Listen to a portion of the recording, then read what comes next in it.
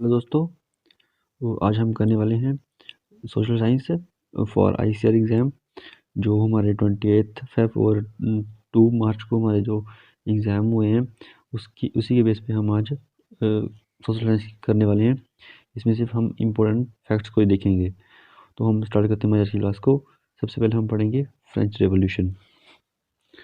और सबसे पहले है कि फ्रेंच रेवोल्यूशन के टाइम पे वहाँ का किंग कौन था? वो था किंग लुइस 16। और यहाँ पे इसने कौन कौन से टैक्स लगाए हुए थे? टिथ और टेल। और नेक्स्ट है यहाँ पे कितनी सोसाइटी थी? 3 स्टेट थे यहाँ पे, क्लर्जी, नोबल और बिग बिजनेसमैन। जो लीवर थी वो थी करेंसी फ्रांस की। और जो स्टेट जनरल असेंबली थी वो कब बनी थी? 5 मई 1789 को बनी थी। ये क्वेश्चन 28 फेब को पूछा गया था, तो इसको याद रखना। नेक्स्ट है हमारा जो थर्ड स्टेट ने नेशनल असेंबली फॉर्म की थी उसके लीडर कौन थे? एक थे मीराबाऊ और एक थे एविसियास। और जो फ्रेंच रिवॉल्यूशन है वो कब स्टार्ट हुआ था? 14 जुलाई 1799 में। इन्होंने कौन सी फोर्ट पे अटैक किया था? किले पे। वो था बेस्टाइल का किला। और इन बुक्स के नाम याद रखना। जो जॉन लॉक उन्होंने लिखी थी बुक्स 2 ट्रीटीज ऑफ गवर्नमेंट है। और जो मोंटेस्क्यू है उन्होंने लिखी थी स्पिरिट ऑफ लॉज। नेक्स्ट है हमारा एक्टिव और पैसिव सिटीजन।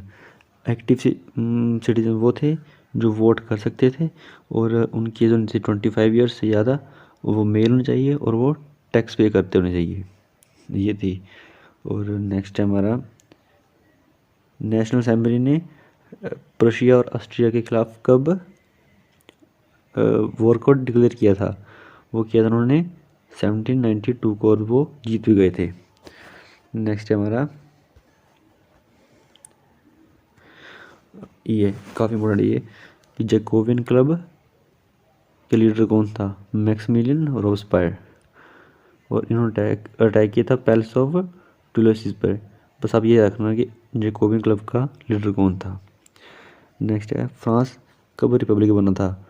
21 सितंबर 1792 को बना था वो। और 21 जनवरी 1793 को किंग लुइस को फांसी दे दी गई थी पेरिस डे ला कॉनकॉर्ड में। और जो फांसी देने की जो मशीन थी उसको बोलते गिलोटिन। और एक ये भी क्वेश्चन रखना कि रेन ऑफ टेरर कब स्टार्ट हुआ था? 1793 से लेकर 1794 तक। और 1794 को जो रोबेस्पियर था, मैक्सिमिलियन रोबेस्पियर, जिसने जैकोबियन क्लब की स्थापना की थी, उसी को भी इसी गिलोटिन के साथ फांसी दे दी गई थी। तो बस ये था हमारा फ्रांस रिवॉल्यूशन। अब नेक्स्ट देखते हैं हमारा कौन सा टॉपिक है।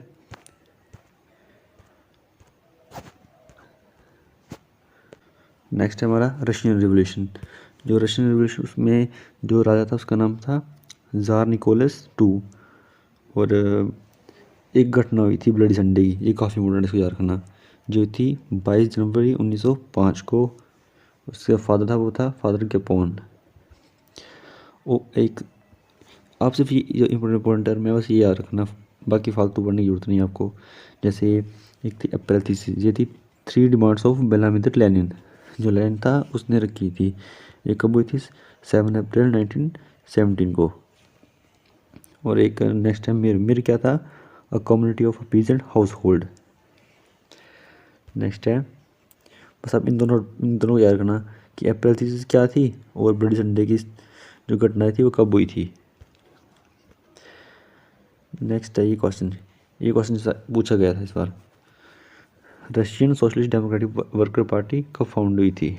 तो ये हुई थी 1898 में। कब हुई थी? 1898 में। और जो सोशलिस्ट रिवोल्यूशन पार्टी थी वो कब हुई थी? 1900 में। जो रशियन सोशलिस्ट डेमोक्रेटिक पार्टी थी वो 2 भागों में डिवाइड हो गई थी, एक थे बोल्शेविक और एक थे मेंशेविक। जो बोल्शेविक थे उसका हेड था व्लादिमीर लेनिन, याद रखना आप। और नेक्स्ट है हमारा जो जदिस्ट है वो किसको बोला जाता था? जो मुस्लिम रिफॉर्मर्स थे रशियन एम्पायर में उन्हें बोला जाता था जदिस्ट्स। और जो रास्पुतिन था वो था एडवाइज़र ऑफ ज़ार निकोलस 2, जो वहाँ का किंग था उसका एडवाइज़र था। और जो हमारा रशियन रिवॉल्यूशन है वो दो पार्ट में होता है। एक होता है फरवरी रेवोल्यूशन और एक होता है अक्टूबर रेवोल्यूशन। जो इम्पोर्टेंट है वो है फरवरी वाला, ये हुआ था 1917 को। इस वाले एग्ज़ाम में पूछा गया था। और इसमें जो फरवरी रेवोल्यूशन 1917 में, यहाँ पे जो यार निकोलस था उसको उसकी जो राजगद्दी है उस वहाँ से उसको उतार दिया गया था। और जो अक्टूबर 1917 वाला है उसमें जो लेनिन है उसने सत्ता को संभाल लिया था। तो ये आप याद रखना।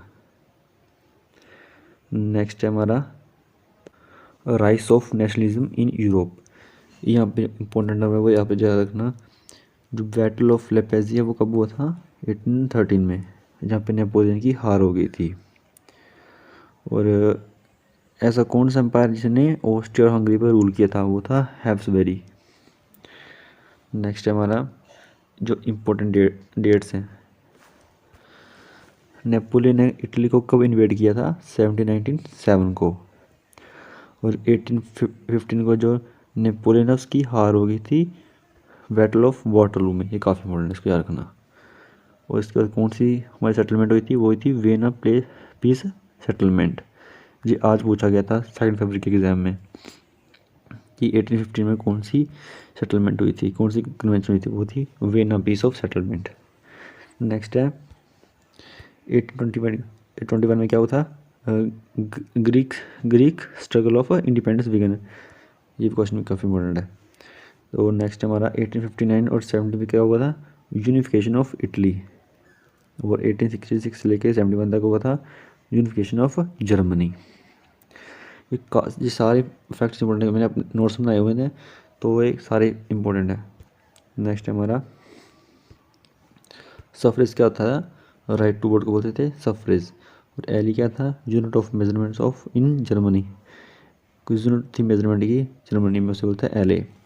और जोल्वरिन, ये 28 की फर्स्ट शिफ्ट में पूछा गया था क्वेश्चन कि जोल्वरिन क्लब कब बना था। जो कस्टम यूनियन थी वो हुई थी 1834 में हुई थी फॉर्म। कहाँ पे?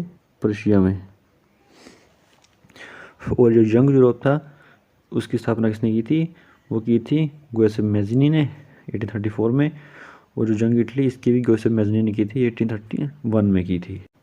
और मैटरनिच ने बोला था Mazzini as the most dangerous enemy of our social order. तो ये भी आप याद रखना कि किसने क्या बोला था। और ये वाली टर्म काफ़ी इंपॉर्टेंट है, याद रखना कि मैटरनिच ने बोला था when France knees the rest of Europe catch cold. When France knees the rest of Europe catches cold. और एज ऑफ रिवोल्यूशन इसको बोला था 1830 से लेकर 48 तक को। जो ग्रीस वॉर ऑफ इंडिपेंडेंस है वो कब बिगिन हुआ था? 1821 को। याद रखना ट्रीटी ऑफ कॉन्स्टेंटिनोपल ये थी 1832 में। Greece become independent nation. 1832 में जो ग्रीस है वो इंडिपेंडेंट नेशन बन गया था।